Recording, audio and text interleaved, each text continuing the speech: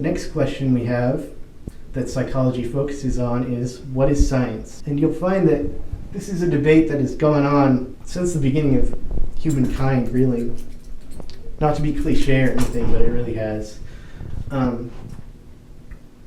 There are many different views on what science is.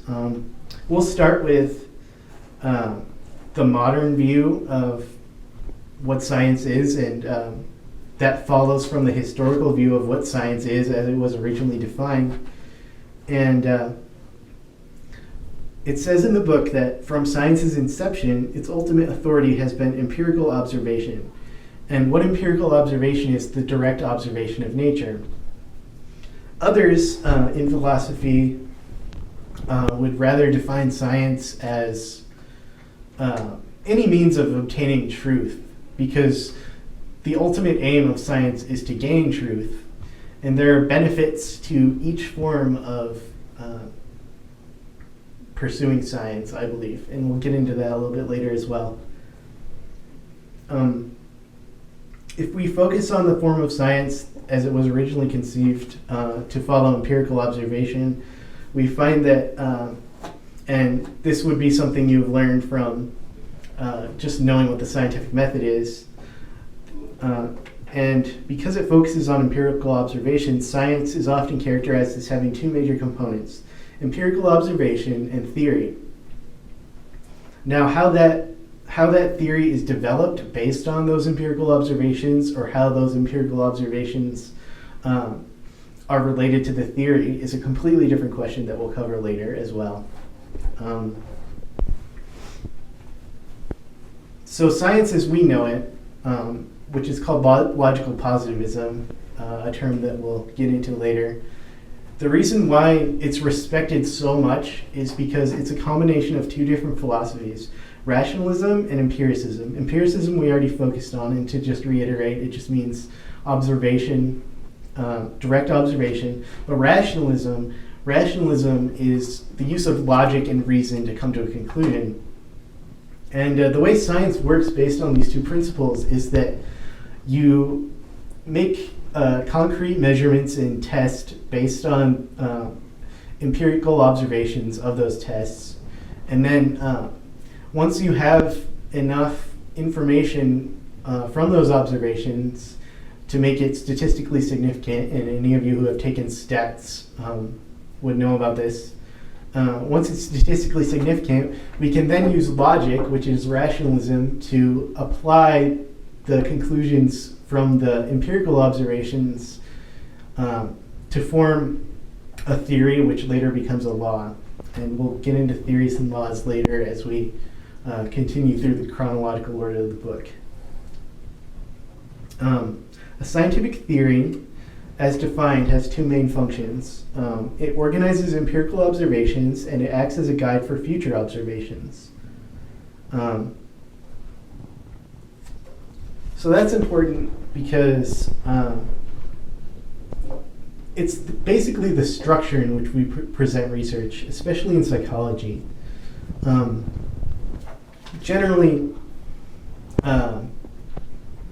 we can't just have data without interpretation, and because the interpretation is there, the data will also lead to where the theory should go.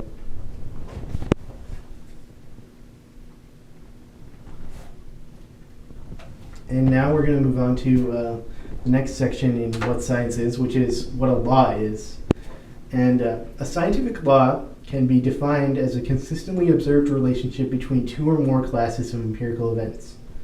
For example, when X occurs, Y also tends to occur. By stressing lawfulness, science is proclaiming an interest in the general case rather than the particular case.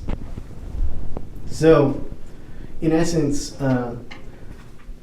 when we focus on creating laws, obviously those laws apply to the general population rather than one or more individuals who might not fit the description of those laws. And how that applies in psychology is essentially, it has a lot to do with abnormal psychology, because what scientists try to focus on is discovering what's normal and what's not normal and how we can define that. And you'll find that if you look through the DSM-5, the Diagnostic and Statistical Manual of Mental Disorders, a lot of research is focused on what types of human behavior and thought are normal and abnormal.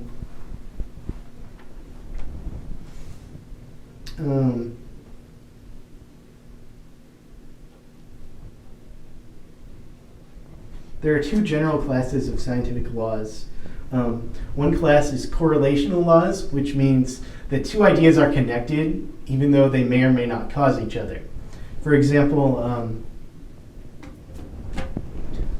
let's say, let me try to think of a good example of this.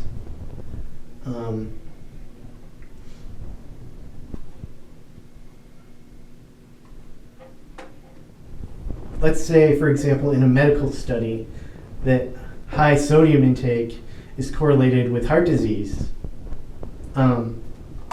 Basically, what we mean in statistics when we say something is correlated is that these two things generally tend to happen together, but we can't always determine that high sodium intake it will absolutely 100% cause heart disease.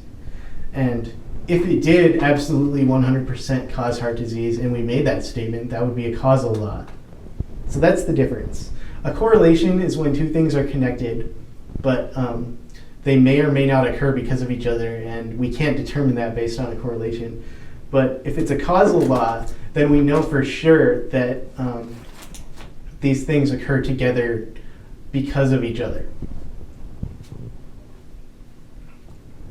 And the next major assumption that the traditional view of science takes is we assume determinism, which will also be discussed later. And what determinism is just the idea that there are causes to all human behavior, and that those causes can always be identified through science or by other means. And it's up to you to decide whether you agree with determinism or not. There are a lot of psychologists who do, and there are a lot of psychologists who don't. Personally, I don't agree fully with it. I believe that some causes are knowable and other causes are not knowable, just because of no one is ever able to be aware of someone else's consciousness. Okay, so the next topic I want to cover is Karl Popper and Thomas Kuhn.